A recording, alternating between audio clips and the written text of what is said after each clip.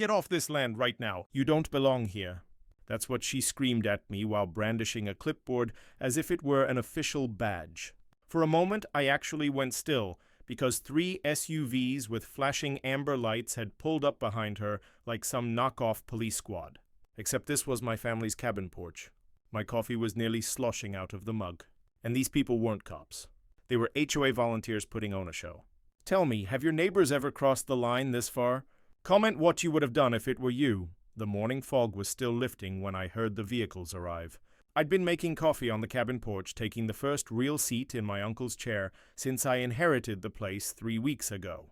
3 SUVs with amber lights rolled down my drive like they owned the lane, which was strange since the title said, "He did." A woman in her late 40s stepped out, clutching a clipboard and radiating command. Her blonde hair was pulled into a tight bun, and her blazer said, "I speak to managers." Behind her, a man in air-reflective vest came out, holding what looked like a badge. The whole tableau had the vibe of a bargain basement police drama, and nobody had called for backup. "Sir, I'm Malene Pierce, chairwoman of the Riverside Meadows Homeowners Association. We've received reports of unauthorized occupation, and we're here to conduct a compliance inspection," she declared, striding up my steps. The man had started stringing yellow caution tape between trees near the cabin. Yellow tape on my land while I gripped a mug that read, "World's Uncle." I nearly choked on my coffee. Unauthorized occupation. "This is my property. I inherited it from my Uncle Nathan Carter 3 weeks ago." The man with the tape was erecting a makeshift checkpoint with orange cones as if he were directing traffic rather than confronting someone on their own. "Plot, that's what we're here to determine. This property has been flagged for violations. Derek here is our certified compliance volunteer with authority to inspect any property within our jurisdiction," Malene replied, producing a document that looked official. I scanned around searching for these alleged violations. The cabin looked unchanged from when my uncle lived here. Weathered cedar logs and a stone chimney from the 1970s. The meadow rolled out green and quiet. About 50 yards away on my property line stood a small pump house and a cluster of mailboxes I had assumed the HOA controlled.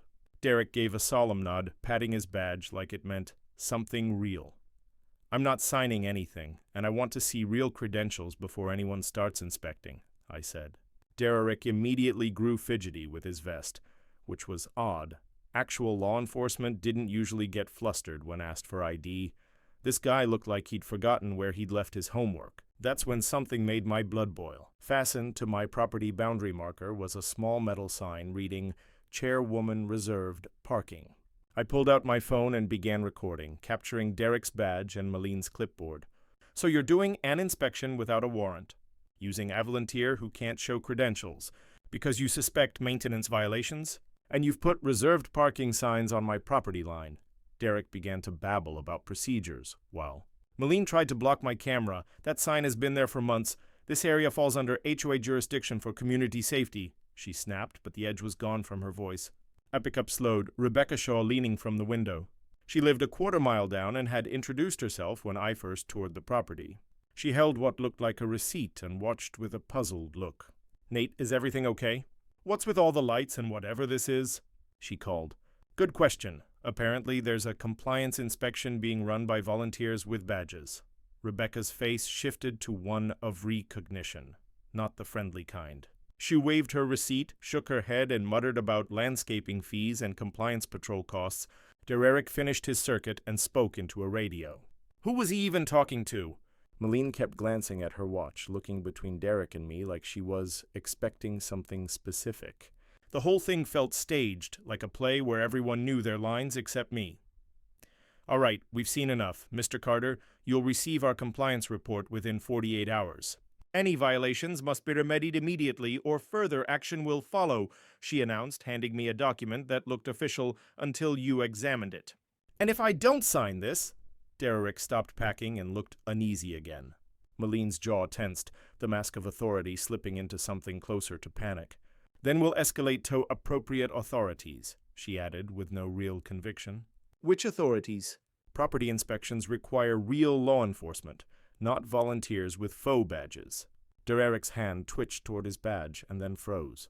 Malene was already striding to her SUV, ready to wrap up. As the convoy pulled away, Thember lights swept over my face one last time.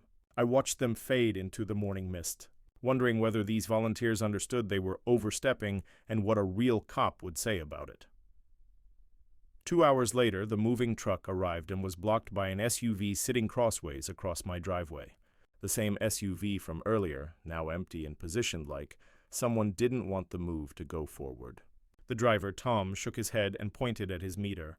"Time's ticking, buddy. I can't sit here all day while you sort neighbor disputes." That's when I noticed Melleen behind oak trees about 60 yards away, partly concealed but clearly watching my every move. When I looked her way, she ducked down like we were playing suburban spy games. I began walking the perimeter of my property, partly to seek another route and partly to test my surveillance theory. Sure enough, every time I altered my path, Melleen shifted position. When I went to the back, she moved to a different tree. When I walked toward the road, she slid behind her SUV. It was like having a bad private investigator stalking me on my own land. The property was larger than I'd realized during the inheritance walk-through, about 5 acres of gently rolling meadow with a creek tracing the rear boundary. By the pump house, I stumbled onto something odd, a cluster of rusted keys hanging from a nail inside a wooden box labeled Facilities Access. They looked aged, likely left by my uncle, but clearly cut for particular locks. As I lifted them to inspect, I heard a sharp breath from somewhere behind me. I turned. Melleen wasn't in sight, yet there was definite rustling in the brush about 40 yards away. The pump house was secured with a heavy-duty padlock that appeared newer than the structure itself. One of the corroded keys fit, though it took several tries and some imaginative wiggling to open. While I worked the lock, I had the unsettling sense of being watched. Not just glanced at, but observed with intent, as if someone cared very much whether I could get inside that building. Once inside, the pump house was larger than its exterior suggested. Pipes and electrical fittings looked recently serviced, surprising because my uncle had been in assisted living for 2 years. Against the back wall, a filing cabinet caught my eye. It was secured by a small lock that yielded to another key from the ring.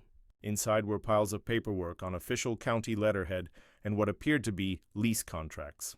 I was flipping through the pages when radio voices came from outside. "Keep watching him. Document everything he touches. We need to know what he finds in there," someone said. It was coordinated surveillance with live reporting on my own land while I sifted through my inherited records. The lease agreements were absorbing. The paperwork showed the pump house and the mailbox cluster were rented to the Riverside Meadows HOA for monthly fees. The forms carried my uncle's signature and were countersigned by Melleen Pierce. They spelled out monthly rent for facilities use, automatic renewal clauses, and specific maintenance responsibilities, meaning the HOA was paying to use parts of my property. I photographed every sheet, now understanding why someone had been so intent on tracking my movements. When I stepped out of the pump house, the radio chatter cut off suddenly. Melleen had repositioned behind another tree 50 yards in the opposite direction from where she'd been. The woman was covering far more ground than a casual watcher, practically pacing the property to keep me in view as I inspected my own land. I offered a friendly wave in her general direction. She ducked so fast I worried she might have hurt herself. The moving truck driver was still parked on the road, fuming about overtime fees. I glanced from the strategically placed SUV to the pump house keys in my hand. I called a private tow, had the SUV moved carefully to the roadside and parked properly, photographed everything for the record, and left a notice on the windshield. Immediately, the radios crackled again, far more urgent this time. Clearly the message was, "Abort mission. He's accessing places he shouldn't." The irony being everything I'd opened belonged to me legally. As we finished unloading, Grant Morgan walked his dog along the road. He lived in the main subdivision about half a mile away and struck me as a neighbor who noticed what was happening locally. His golden retriever stopped precisely beside where Melleen had stashed radio gear, and Grant's gaze darted around at the scattered surveillance setup with obvious curiosity. "Interesting morning for equipment testing. Didn't know the HOA had upgraded to tactical communications," he called with a grin, sounding like someone who'd found something entertaining inside the pump house. Lease documents with county seals. Suddenly it made sense why she'd been so attentive. That evening I spread the surveillance notes across my uncle's old dining table as if plotting a campaign, because in a way that's what it felt like. The cabin felt different with my things around. more occupied, more real. The records showed the Riverside Meadows HOA had been directing funds into radios and security gear for 4 years. Monthly $300 charges automatically approved with Malene Pierce's name on phantom invoices. The accounts labeled the HOA responsible for safety, but required written authorization for significant expenditures. What drew my attention was the pattern of spending. Receipts tucked among patrol logs revealed the HOA had been over budget for 8 straight months, sometimes by not just hundreds but thousands beyond approved limits. There were flagged audits and bounced checks that suggested the HOA's finances weren't clean, which could explain why Malene had been so forceful about silencing neighbors. They were hemorrhaging money on both rent and unauthorized patrol equipment. I found myself speaking aloud to my uncle, as if he were still in his chair by the window. "Uncle Nathan, you really didn't mention you were fighting a surveillance scheme out here, did you?" The cabin still smelled faintly of his pipe tobacco and coffee. His books were arranged exactly where he'd left them. The more I read, the clearer it became that he'd resisted the HOA's spying for years. There were copies of letters he'd sent to Malene, polite but firm rejections of various proposals to expand patrol authority. His replies were examples of measured diplomatic pushback. "Thank you for your concern about patrol coverage. However, as the patrols were funded by resident dues and not authorized, I believe their operation falls under board discretion rather than HOA jurisdiction. The real treasure, though, lay at the bottom of the pile." A folder labeled Recent Issues contained correspondence from the past 6 months, showing an escalating clash between my uncle and the HOA's growing surveillance demands. They were pressing to broaden control over community security, trying to reclassify radios and patrol gear as HOA assets subject to board control, conveniently overlooking that the equipment had been bought with unauthorized funds. My uncle's last letter to Malene was dated only 2 weeks before he died. It was shorter than his usual responses and carried an edge I hadn't heard before. "Miss Pierce, your demands for expanded control over fake patrol units are inappropriate and legally questionable. Any attempts to exceed agreed terms will result in immediate termination." The phone rang, jolting me from my review. Rebecca Shaw was on the line, the neighbor who'd driven past during that morning's surveillance display. "Nate, I hope you don't mind me calling. I wanted to talk about what happened this morning and some financial concerns I've been having about HOA expenditures." Her voice was cautious, like someone who'd been rehearsing the conversation. "I was hoping you'd call. I'm starting to think there might be some financial irregularities with the HOA." "That's putting it mildly," Rebecca said. She'd been tracking HOA expenses in her volunteer treasurer role and pointed out questionable entries. A $2,500 charge for compliance patrol equipment never approved by the board, and monthly facility management fees that seemed far too high. After more paper shuffling, she asked if I knew anything about facilities on my land the HOA might be using. I looked at the documents, then decided what to share. After we hung up, I sat in my uncle's chair and stared out over the meadow where the morning's events had unfolded. The pump house sat quietly in the distance, innocuous looking but apparently at the heart of a financial fraud. Tomorrow, Rebecca and I would go over the numbers together. Tonight, I intended to read every file my uncle left and figure out exactly what I had inherited. I found one more item tucked between the records. A handwritten note from my uncle dated a week before he died. "If anyone tries to claim authority over the patrols or mailbox area, show them the truth. If they try to intimidate you about property rights, call the county sheriff. If they try to charge the community for managing programs they invented, call it what it is. These people have forgotten the difference between authority and theater." I folded the note into my pocket and felt my heart race. Tomorrow might be the day everything changed if I had the nerve to confront them with the facts. The next afternoon brought an unexpected opening. Rebecca called to say there'd be an impromptu community meeting at the mailbox cluster to discuss recent security worries, a thinly veiled HOA way of saying, "Let's talk about the new guy who wouldn't sign our compliance." Paperwork perfect. Rather than avoid it, I decided to walk straight into the conversation. Sometimes the strongest defense is simply showing up when no one expects you. A volunteer fire engine had just pulled away after offering a quick fire safety check, pointedly reminding everyone they weren't responsible for HOA enforcement. The timing gave the gathering an oddly official but neutral atmosphere. By the time I arrived, about 15 neighbors had circled around the mailbox area, ironically holding what was essentially a meeting about me on the property I was renting. The cluster of mailboxes rested on a concrete pad my uncle had built specifically for the HOA, complete with a roof and bench seating. No wonder the HOA wanted to claim it as their own. In the center, Malene was animatedly leading the discussion, with Derek looming behind her like personal security. "Don't let me interrupt," I said, lowering myself onto the bench that again was literally installed on my land. "I'm always curious to hear community concerns, especially when they involve my property." The word "my" lingered in the air like a dare. I watched several people pause as they considered what that actually meant. Malene's jaw tightened, but she was too deep into her performance to back off without losing ground. "We were talking about the importance of keeping up neighborhood standards," Malene said with forced cheer. "Some of the newer residents don't realize that owning property comes with community responsibilities." From the back, Rebecca's voice cut through. "What responsibilities exactly, Malene? I've been reviewing our HOA paperwork, and I'm not finding any clear rules about inspections or compliance checks, especially ones done by volunteers who don't have any official authority." Derek shifted uneasily at the word volunteers. A woman beside him frowned. "Wait, you mean Derek isn't certified to do inspections?"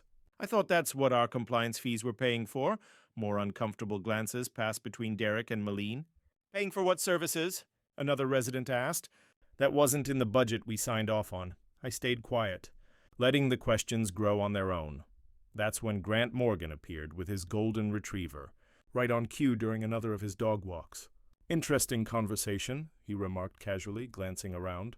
"I've been curious about some of the equipment I've seen in the neighborhood lately. Radios, monitoring gear, setups that don't exactly scream suburban HOA." Rebecca produced a neatly organized folder. "Malene, I've gone through the expense reports. I'm seeing charges for equipment and services the board never approved. Care to explain a $2,500 purchase for compliance patrol gear?" Silence. For an HOA of 30 households, $2,500 was no small number. "Those are essential operating expenses," Malene insisted, though she was clearly scrambling. "Community safety requires proper tools, and we've managed to balance some costs with facility management revenue." That was my opening. "Facility management revenue? Which facilities are those?" "Because as far as I can tell, the facilities you're managing sit on private property." A man I hadn't met before, maybe mid-40s with paint on his clothes, spoke up. "Hold on. Are you saying the pump house and mailboxes are on your property?" "I thought those were HOA common areas." Several residents looked from him to me, beginning to piece it together. "Excellent question," I said smoothly. "Rebecca, didn't you say you wanted to look over lease documents? This might be the perfect moment for that financial review we talked about." Meanwhile, Grant's dog wandered near the pump house, and Grant followed with interest. "You know," he said lightly, "I've been recording audio for my nature podcast on my walks. Picked up some interesting conversations about facility management and compliance operations. Now I had allies who saw the bigger picture. Tomorrow we'd show the evidence together." The next morning I made the phone call that would change everything. Deputy Mark Lewis from the County Sheriff's Office specialized in rural property disputes and cases of unauthorized enforcement. I explained the sham inspections and the impersonation of law enforcement. He agreed to stop by that afternoon, review the property lines, and go over the right way to deal with overreach. I spent the morning preparing the stage. If Derek and Malene wanted to put on enforcement theater, I'd make sure they had an audience. I asked Rebecca to bring the financial files around 2:20. I casually told Grant, during his dog walk, that I'd be doing property maintenance near the pump house if he wanted to observe HOA operations. By 1:30, I was out there with a clipboard and measuring tape, clearly surveying the perimeter. Easy to spot from multiple vantage points. Within 15 minutes, Derek's SUV rolled up into the meadow. Malene arrived soon after, along with another volunteer in a reflective vest lugging radio equipment. Deputy Lewis pulled in exactly at 2 ASID, marked Sheriff's Vehicle. Full uniform, real credentials. I met him at the cabin, filled him in, and we walked toward the pump house together. "So, you've got volunteers running property inspections without authority, flashing badges to look like law enforcement. All on property they're renting from you?" he asked, jotting notes with growing interest. As we approached, Derek and his partner were setting up a makeshift command post, folding tables, flashing amber strobes, the works. Deputy Lewis checked the property markers against the county map, and confirmed what I already knew: the chairwoman.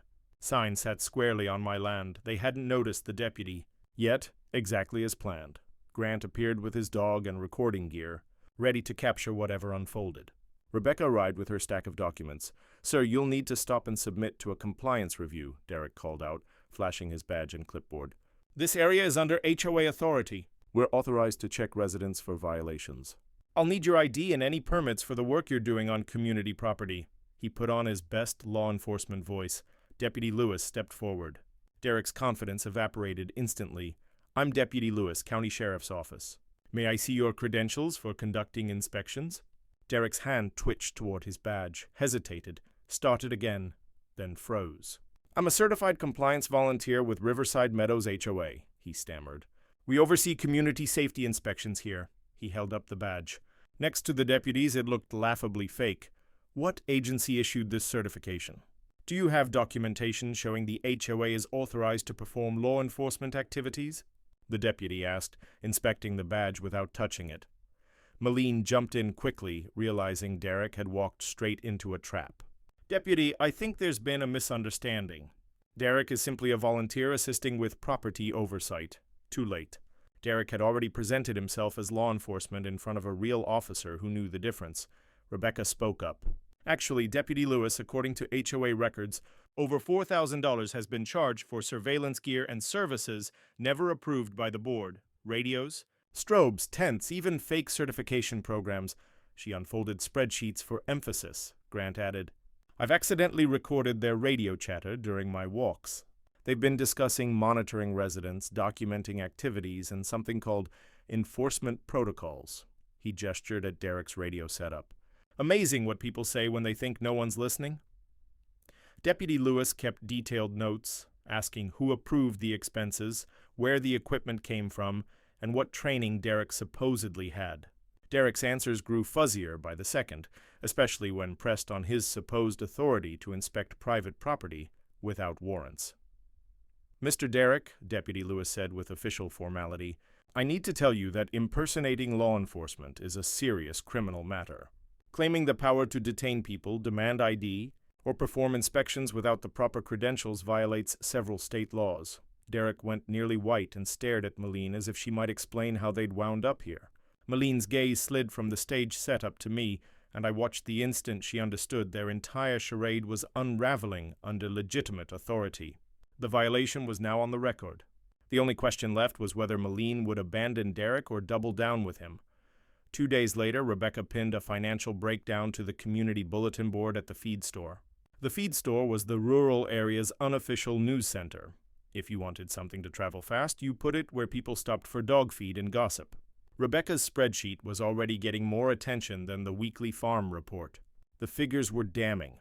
Over $6,000 in unauthorized HOA expenditures across 8 months, including compliance patrol gear, volunteer certification programs that never existed, and facility management fees for property the HOA didn't own. Rebecca had color-coded everything so neatly it couldn't be waved off as bookkeeping mistakes.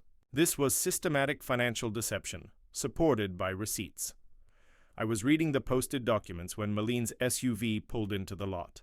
She sat there for several minutes, probably steeling herself to face what had become a very public reckoning. When she finally came to the board, the confident composure she'd shown in my driveway had vanished. "This is a private financial matter," Malene muttered, to no one in particular. Technically true, since I was the only person still beside the board. Rebecca had no right to plaster internal HOA business for public consumption, but Malene's words lacked force. We both knew the moment residents started asking questions, the unauthorized spending stopped being private. That afternoon, I served formal notice of financial misconduct to the HOA offices. The terms were simple: 3 days to produce the missing receipts. Remove all unauthorized personnel and equipment from the property, and submit a written explanation for the compliance patrol activities that violated board rules. Noncompliance would trigger immediate termination and legal action. The notice included Deputy Lewis's report documenting the unauthorized enforcement activities, photographs of Derek's fake badge and equipment, and a timeline of surveillance tactics used on my land. I also attached Rebecca's financial analysis showing how the bogus patrol program had been funded with unauthorized community money. The evidence package was exhaustive. Malene called that evening, and the conversation was nothing like I expected. The aggressive authority figure who'd staged compliance theater in my driveway was gone. On the phone, she sounded worn out, panicked, and frankly afraid. "Nate, we need to talk about resolving this without lawyers or making it more public," she said, her voice trembling. "I'm listening," I replied, though I had no clear idea what a resolution would even look like. The financial fraud was documented, the impersonation had been witnessed by a deputy, and the property violations were ongoing. Still, I needed to know how they'd arrived at fake inspections and covert surveillance. That wasn't normal HOA behavior. There was a long pause before she answered. "The truth is, we're in financial trouble. Real trouble. The HOA's been running a deficit for months, and I've been trying to cut costs and raise revenue. When your uncle died, I thought maybe we could treat those programs as abandoned projects and stop paying dues." Her admission was shockingly blunt and foolish. She had effectively confessed to trying to hide financial shortfalls by inventing enforcement programs funded with community money.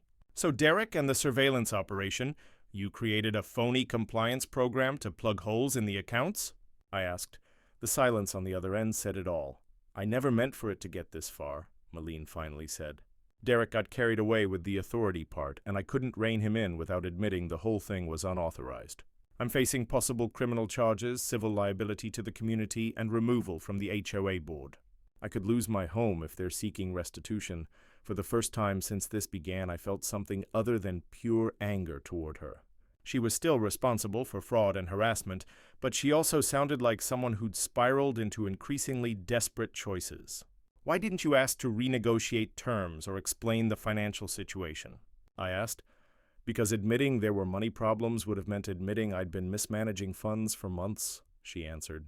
"The board trusted me with the finances, and I made terrible decisions trying to cover shortfalls. By the time your uncle died, I was too deep to ask for help." Our conversation grew personal. Rebecca drove by while I was still on the phone and honked once, a small public show of support. Her disclosure had clearly applied the pressure it was meant to. Community trust was broken. Board accountability was unavoidable. Malene's consequences would reach far beyond losing a volunteer title. It was striking how quickly those who play authority become exposed once their own security is threatened. Beneath the theater, she was just a frightened person who'd risked everything she believed defined her. Fear, I reminded myself, can make people dangerous. I still had 2 days left in the notice period. Tomorrow would determine if Malene would buckle or lash out. The 3-day notice expired on Thursday morning, and the day dawned clear and bright. Fitting weather for a very public reckoning. By 9 a.m., most of the community had gathered near the mailbox cluster, ready for the moment everyone expected. Word had spread that today the accounts would be settled and authority clarified. Over $6,300 had been traced as unauthorized spending. Deputy Lewis arrived first, followed by Rebecca with her folder of documents, and Grant with his recording gear openly displayed. This was official. Everyone present wanted a clear record. Malene sat in her SUV at the edge of the crowd, engine idling as if she might flee. That's when I played the recordings for everyone. What you need to understand is that the patrol program and mailbox operations were never legitimate HOA projects. They're on my private land and have been passed off as community property for 4 years. I held up the audio device. Malene Pierce has been collecting facility management fees while charging residents for fake enforcement. The community reaction was immediate and furious. Residents who had been paying higher fees for compliance patrols discovered they had been funding a sham. People who'd trusted Malene with community finances realized they'd been lied to. The authority she'd tried to enforce with staged inspections evaporated in the face of documented fraud and tapes. Malene finally climbed out of her SUV, but the commanding figure who'd confronted me days earlier was gone. She looked defeated and pleading. "I can't explain the financial situation," she said, barely audible, but no one seemed interested in explanations. Other residents raised objections, and it became clear she had lost whatever community support she had left. I removed the chairwoman's reserved sign from my property marker and revealed the second sign underneath. Visitor, parking only. The discovery landed like a physical blow. My uncle had set the visitor sign as a permanent designation. Malene had simply mounted her chairwoman placard over it without permission. Even her reserved authority had been an unauthorized use of someone else's trust. "The notice period has expired," I announced formally. Effective immediately, the compliance scheme and facility access claimed by the Riverside Meadows HOA are terminated. All equipment, signage, and personnel must be removed from my land within 24 hours. I gestured toward the pump house and mailbox area. The community will need to arrange alternative oversight. Rebecca stepped forward. I'm calling an emergency HOA board meeting to address financial mismanagement and to remove Malene Pierce from all leadership positions. We also need to talk restitution for unauthorized spending and possible criminal referrals for fraud. Several residents voiced immediate support, their responses building one after another. The community had waited years to push back. The change in the air was tangible. Frustration crystallized into collective resolve. Deputy Lewis confirmed the transfer of authority. Mr. Carter has full legal authority to terminate this arrangement and remove all HOA equipment from his property. The Compliance Patrol program is officially disbanded, and any further impersonation of law enforcement will be prosecuted. His steady words cut through the murmurs like a gavel. Derek stared down at his worthless badge while Malene stood frozen. Realizing there was nowhere left to hide, as the crowd dispersed to plan governance restructuring, small groups lingered, whispering about restitution, accountability, and how they'd let things go so far. Rebecca was already setting the emergency meeting. Grant checked his recordings. A few neighbors quietly tore down the remaining caution tape. I walked back to my cabin as the week's tension ebbed into a strange, deep quiet. I sat in my uncle's chair looking out over the meadow. The pump house sat peacefully in the distance, no longer the focal point of dispute, just a small building on my land. The mailbox cluster, once the stage for all their false authority, would have to be moved, but that was the community's problem. For the first time since I moved in, the land felt truly mine. Last week they'd used volunteers pretending to be law enforcement to try to evict me. This week I used actual property law and community support. It turned out real authority beats theater every time. Maybe the true lesson is simpler. Bullies win only when people let them play the part unchallenged.